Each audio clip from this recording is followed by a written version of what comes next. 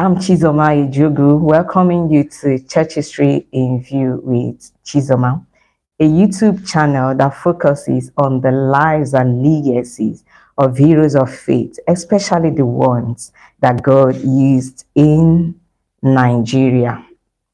Today on Church History with Chizoma, we'll be telling the story of someone, a woman that God used to do exploits in that nation, Nigeria.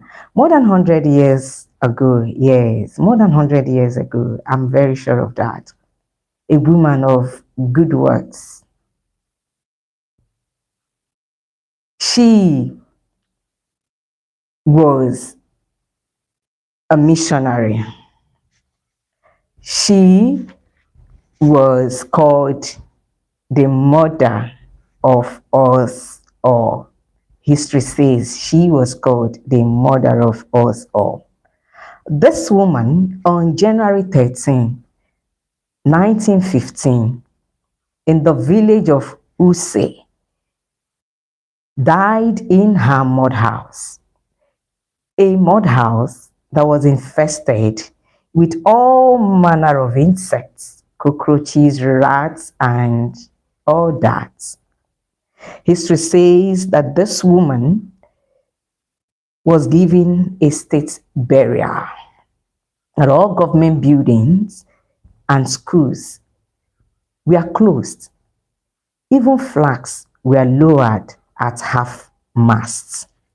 History says that before this woman died, she screamed, Abase Sanamiyo, meaning that God should please release her from her pains. After the death of this woman, 5 ladies tried to handle her workload, yet they couldn't. At one point in the life of this woman, she stopped wearing her boots because they always got stuck in the muddy jungle where she walked.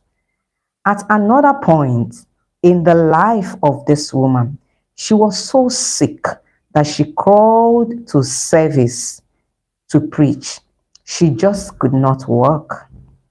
At yet another point in the life of this same woman, she was pushed along in a hand cart because she became too fragile to walk due to incessant bouts of fever she had, especially in the later years of her life. So, can someone tell me who this woman, the mother of us all, was? Can I hear you whisper a name to my ears? Who was this, the mother of all, the mother of us all? Who was she? I'm sure someone must have said something or whispered something. But this woman was Mary Mitchell Slessor. So today we'll be telling the story of Mary Mitchell Slessor. I'm sure that name rings, it's really familiar. It rings a bell in our ears. Yes, it does. So the mother of us all was Mary Mitchell Slessor, the firehead, 5-footer, Scottish Presbyterian missionary who lived in Calabar, Nigeria from August 5th, 1876 to January 15, 1915.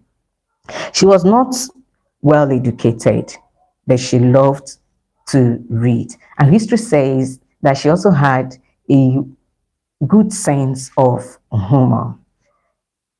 Family background. Mary Mitchell Slessor was the second of 7 children born to Robert and Mary Slessor. So she was her mother's namesake. I'm sure you can see behind me that's a picture I had to do, printed it, just a small picture of Mary Mitchell Slessor. I'm sure you can view it behind me there.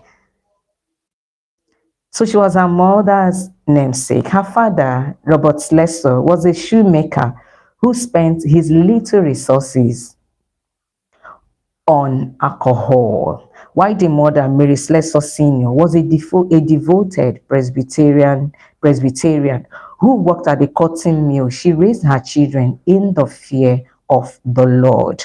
According to Janet Hardage in Dictionary of African Christian Biography, DACB collection, quotes, the mother of Mary Slessor eagerly read each issue of the Missionary Record, a missionary magazine published by the Presbyterian Church to inform members of missionary activities, the exploits of David Livingstone, as well as those serving in Calabar and elsewhere, enthralled Mrs. Slessor, and she communicated her enthusiasm to her children, unquote. Mrs. Slessor longed for one or the two of her sons to get into missions. However, death dealt her a blow in this direction. She lost her two sons. She had just two boys. She lost her two sons to tuberculosis. At this point, she was depressed, as Janet and Jeff Bench observed in their book, Christian Heroes, Then and Now, Mary Slessor, forward into Calabar, quotes, now both her sons were dead, and there would be no one bearing the Slessor name to carry the gospel message to foreign lands. There would be no missionary to make her proud, also she thought, unquote. But you know what? More than our words, God listens to our hearts. Yes, He does. God listens to our hearts. Proverbs 10:24 says, the desires of the righteous shall be granted. Proverbs 19:21 adds to this when it says, many plans are in a man's heart, but the purpose of God will always stand. Psalm 33 verse 11 tops it all when it says, the counsel of the Lord stands forever. I guess God saw beyond her words. God saw the heart of Mrs. Slessor, her genuine desire to have at least one of her sons, be a missionary. Probably that was why God caused her desire to still find expression in the life of Mary, her daughter. I am of the opinion that Mary Slessor never got married, as we will be made to understand much, later, because it was God, a kind of God answering the prayer of her mother. So Mary Slessor remaining single all through her life, it could be an indirect answer to the desire to the prayer of her mother, so to speak. Yeah, truth be told, the power of a praying mother cannot be underestimated. Do you agree with me? At age 11, Mary Slessor started working at the cotton mills and going to school. Her mother helped her secure the job at the cotton mill. She worked for 12 whole hours at age 11. That should be against today's labor law. Yeah. She came to know the Lord Jesus Christ personally at that same age, 11. And it was from this point that she became a Sunday school teacher to younger children. Mary was inspired by her mother's faith, her mother's strong faith, and desire to follow in the footsteps of David Livingstone and spread the gospel of God, the gospel abroad. By the way, David Livingstone was a medical doctor, ordained minister, an explorer, and missionary. He was a missionary in South Africa. He died on the banks of a river while searching for the source of River Nile. His servants buried his heart under a tree where he died before sending back his embalmed body to Scotland for burial. Presumed obstacles. As humans, there are always things, factors we feel could make God not to use us. You remember the story of Moses? Moses said to God, I'm a stammerer. God, I can't talk. I can't talk like that. I'm not fluent. God says, don't bother. So that was the case with Mary Slessor, also experienced that. She said, for Mary Slessor of blessed memory, such included her gender, her family background, and people's opinion. Back in those days, missions was a male-dominated field. This was why she also wanted her brothers to be there. Her poor family background was not also a plus on her side. Her family barely managed to survive. History says that some members of her church tried to discourage her from being a missionary. They felt it was a bizarre idea to go far away Africa, especially as a female, to do missionary work. However, when Mary Slessor turned 27, she heard that David Livingstone has passed on. Then she was challenged to take a leap into purpose to become a missionary like David Livingstone. Afterwards, she applied to the United Presbyterian Church's Foreign Mission Board. Her application was considered. Thereafter, she got trained as a teacher for 3 months. That was before she, took a journey into to Calabar. She took a journey to Calabar, Nigeria. Journey to Calabar, Nigeria. At age 28, that's in 1876, Slessor set out for Calabar, Nigeria as a missionary. Those were the days of train and ship. It took her more than 1 month to arrive in Nigeria. Africa then was believed to be the white man's grave. In fact, Calabar was considered to be one of the hardest of all African, was believed to be the hardest of all African mission fields then.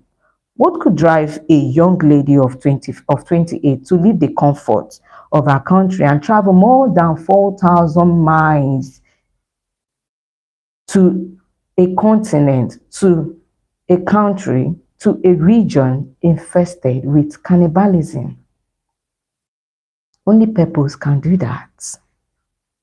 Philippians 2:13 lends credence to this when it states, for it is God which worketh in you to will and to do of his good pleasure.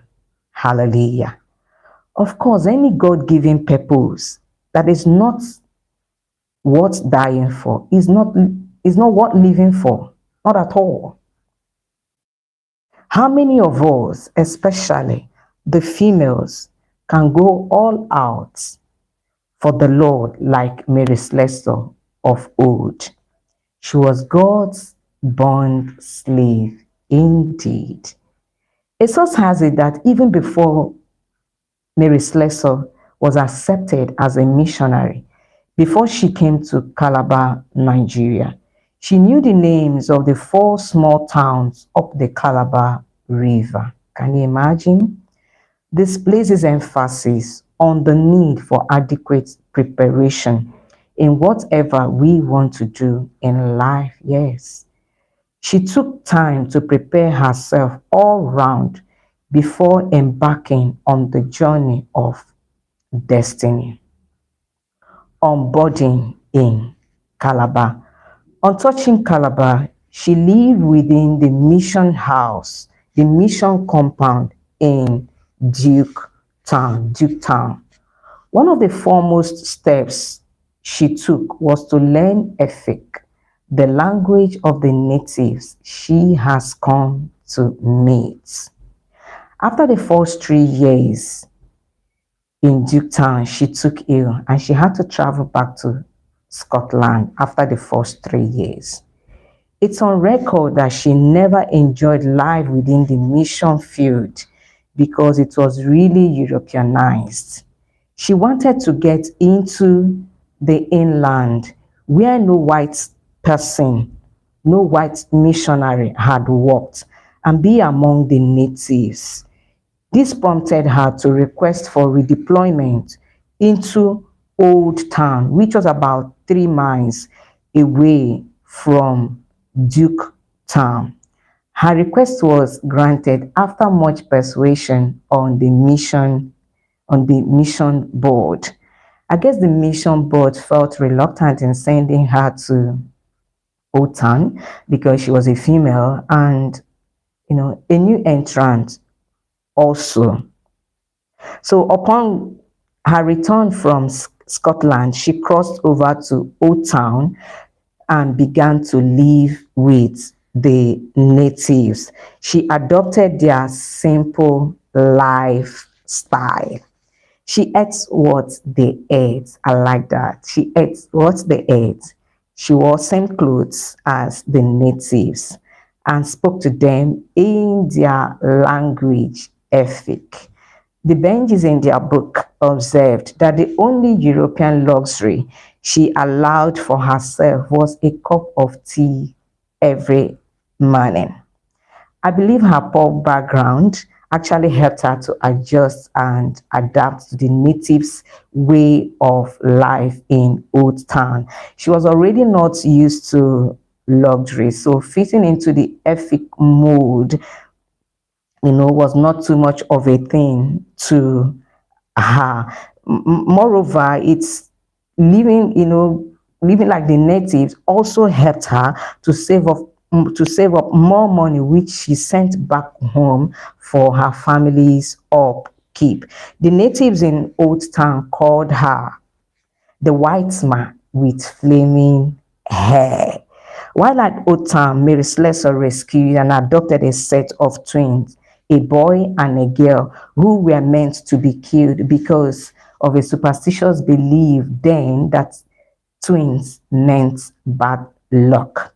She lost the boy, but the girl, Jenny, lived with her all through. Jenny was with her till she passed on in 1915.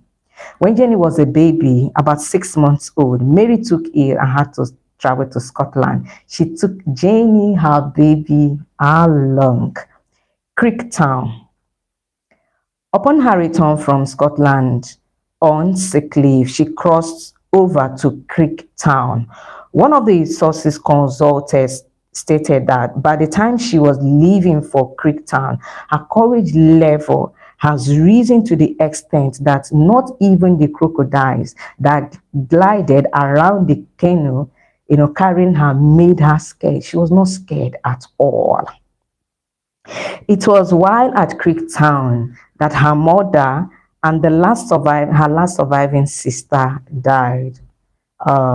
Their death left her devastated. This was how Mary Mitchell Slessor became the only surviving person in her immediate family. I perceived the death of her mother and sibling made her more determined and resolute in pursuing destiny. Reacting to the death of her mother and sister, Mary Slessor wrote in Rebecca Hickman's book, History of Mission, quote, "There is no one to write and tell my stories and troubles and nonsense to. Heaven is now nearer to me than breathing, and no one will be anxious about me if I go up country. I am ready to go anywhere, provided it be forward," unquote. At this point, she applied to go to the Okoyon territory. She applied to go to the Okoyon territory. This is where we'll draw the curtain for part one of Mary Mitchell Slessor. By the grace of God, we'll be here next week, Thursday, same time next week, Thursday, same time, 12 noon next week, Thursday.